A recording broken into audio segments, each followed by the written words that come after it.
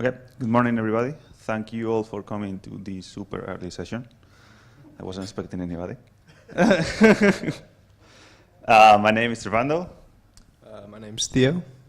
We were doing our duo session on Monday as well. This is a follow-up. So on Monday we covered an introduction, high-level introduction to Autoware, what it is about and why we are working on it. And today we are going to be covering some of the improvements that we have been working on from Linaro side, along with ARM and with the rest of Autoware contributors. Shouldn't be too long. One of the things that we have been starting to cover from the start is the code base. As I mentioned on Monday, Autoware has been developed at Nagoya University by students, which means that some of the code quality, apart from being targeted at research and development, it's a little bit flaky. So starting, for example, with unit testing, I don't know if it can be seen properly in the screen, but the first screenshot, that was from the 11th of December, 2018, with a code coverage of 0.7 regarding lines and 1.1 regarding the functions. The main tests that were there were actually for the Velodyne drivers, so that was actually a fork from the actual Velodyne upstream.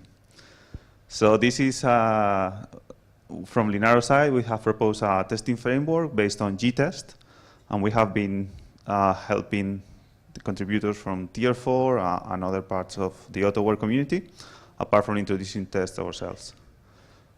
So now we are asking for all the new PRs, pull requests for new features to have unit tests. Otherwise, they are not going to be merged into the main repository.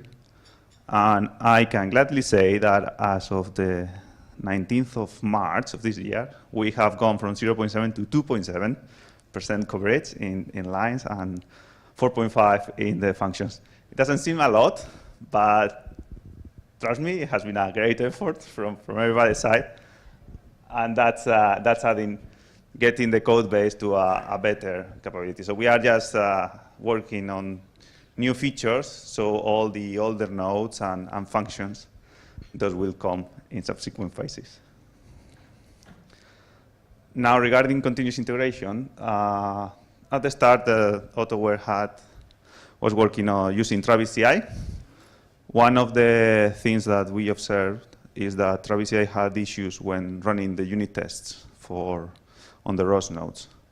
Because of that, and because the Autoware.Auto project was using GitLab, we moved from the Travis CI infrastructure to the GitLab CI infrastructure, but for a GitHub project, in order to try to bring both projects under the same sort of tools or as closely as possible. Thanks to that, we started to be able to run the unit tests, which actually improved trying to get people working on the unit test itself. Because if you cannot run them, why would you do them?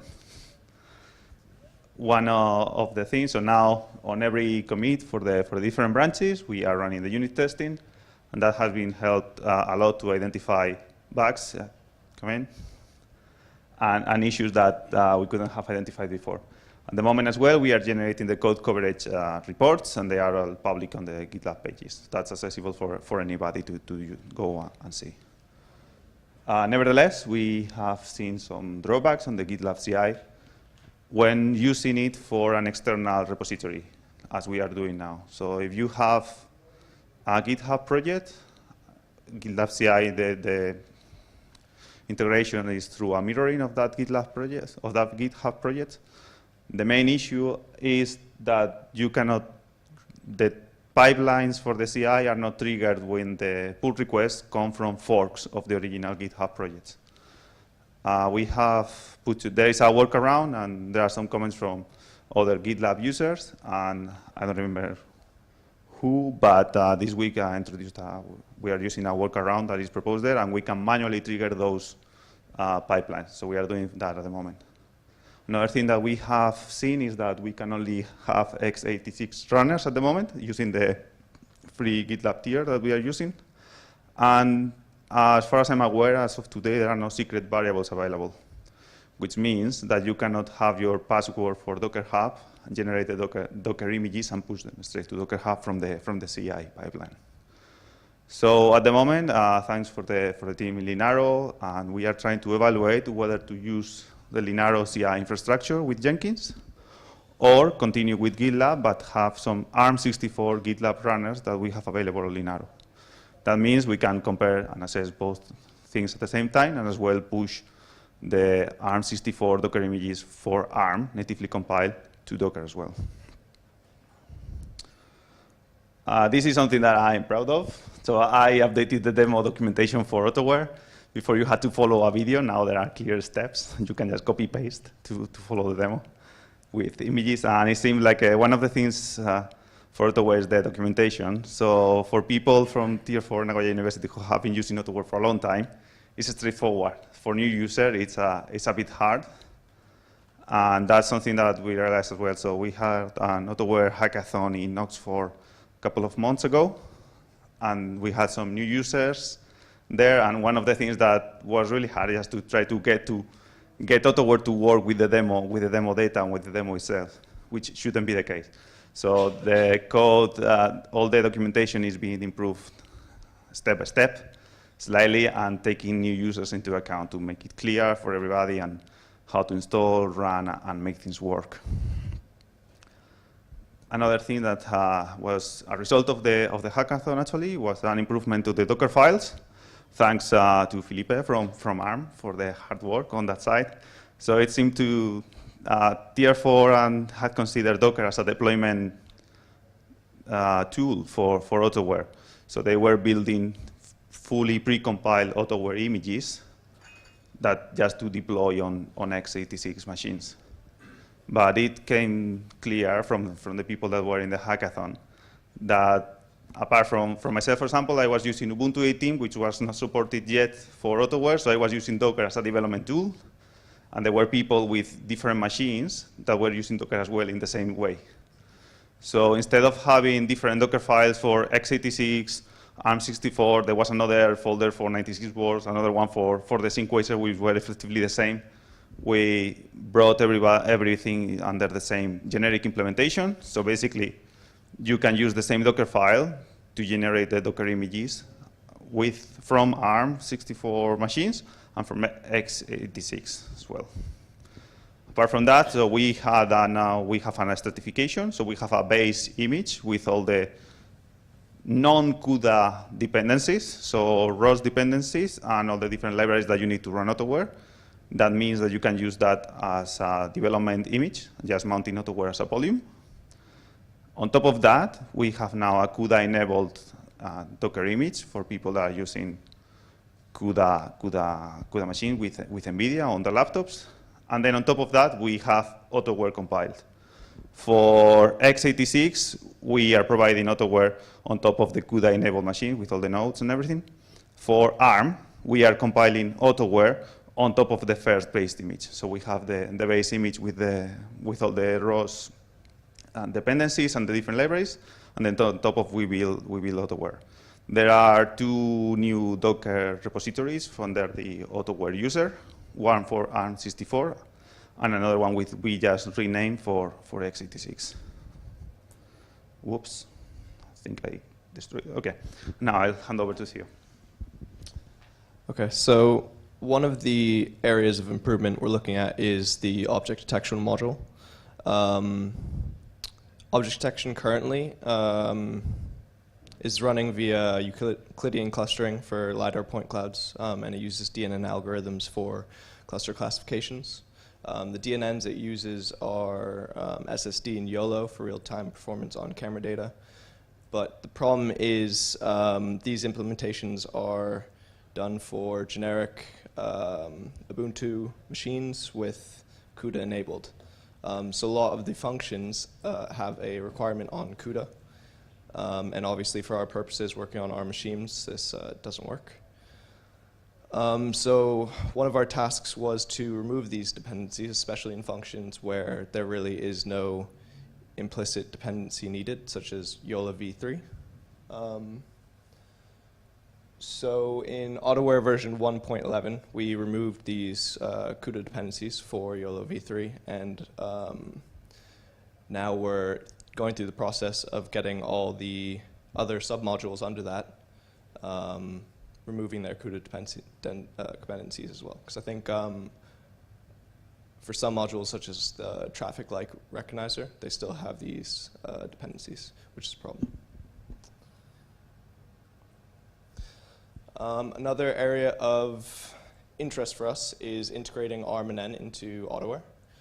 ARM and N is ARM's inference engine, and it's designed to run networks trained on popular frameworks. So it provides a bridge between neural networks and common hardware, such as power-efficient ARM Cortex CPUs, ARM Mali GPUs, or ARM machine learning processors. Currently it supports TensorFlow, TensorFlow Lite, Onyx, Caffe, and also another feature, which will be discussed a little bit later, is if it can enable third-party IP with a custom backend. So this will be really useful for Autoware, implementing other things for, say, object detection to improve speed. Currently running Autoware on the Synquacer DevBox. Synquacer E-Series DevBox is a computer for developers, compliant with 96 sports standards. It contains 24 ARM Cortex A53 cores, and currently Synquacer is partnered with Gyrfalcon. And in our DevBox, we're running with a Gyrfalcon AI accelerator. And the Gyrfalcon AI accelerator can provide a hardware acceleration for CNN systems and significantly improve object detection performance, especially on a device like Synquacer, which relies on CPU, not GPU. Currently, the Gyrfalcon SDK supports Caffe via OpenCV. However, we hope to add darknet support via YOLO v3, as Autoware mainly relies on darknet.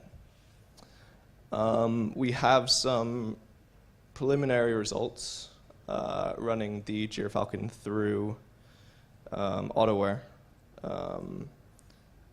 as recent as last week, so we need to do some more development to get this up and running. And as I said in the last slide, we, as Linaro, are looking into developing a backend for the Gyrfalcon for ARM and N and integrating them all together. Another area of improvement to get Synquacer running on ARM machines is the multi-threading support. So our goals are to investigate bottleneck nodes in Autoware.ai used for localization or object detection. And these nodes include the NDT matching algorithms as well as the LiDAR Euclidean clustering algorithms. Currently, there is a multi-threaded implementation of these nodes. However, it seems to not be used at all by anyone, and they didn't realize it doesn't work. So we're working on improving these and fixing the bugs in them. Also, we aim to assess performance comparisons between ARM architecture using a single processor, multiple processors, and a platform which supports GPU, and get benchmark testings on all of these platforms. We aim to modify some of the nodes in the code base to boost multi-processor performance and identify CPU-oriented nodes. And back to Servando. Yeah, this is the final slide. One of the things that we mentioned on Monday, Autoware.ai is built on ROS 1. ROS 1, because it's for research and development, it has some drawbacks, like the lack of real-time support, the single point of failure with ROS master, and some other issues. with the new re-implementation of ROS2 built on top of DDS and Autoware.Auto built on ROS2. It's going to happen slowly, but the idea is to have Autoware nodes ported to ROS2, or at least to be used using ROS2 tools. At least to have the static checks that it provides, and using it to have the interoperability between Autoware.Auto built as a dependency into Autoware.ai, and with the ROS1 to ROS2 bridge, being able to communicate with each other. That should happen soon. The only thing, so the ROS bridge, it's supported by ROS Melodic, which runs in Ubuntu 18.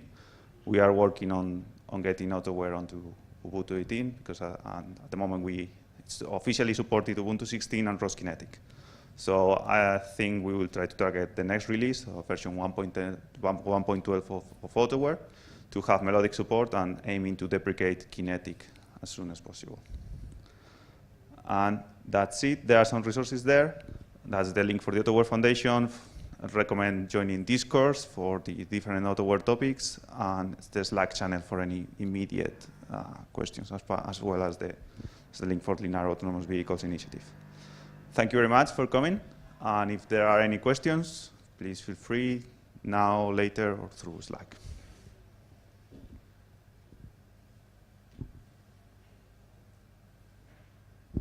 Okay, so we're done. Thank you very much. Enjoy the rest of the day.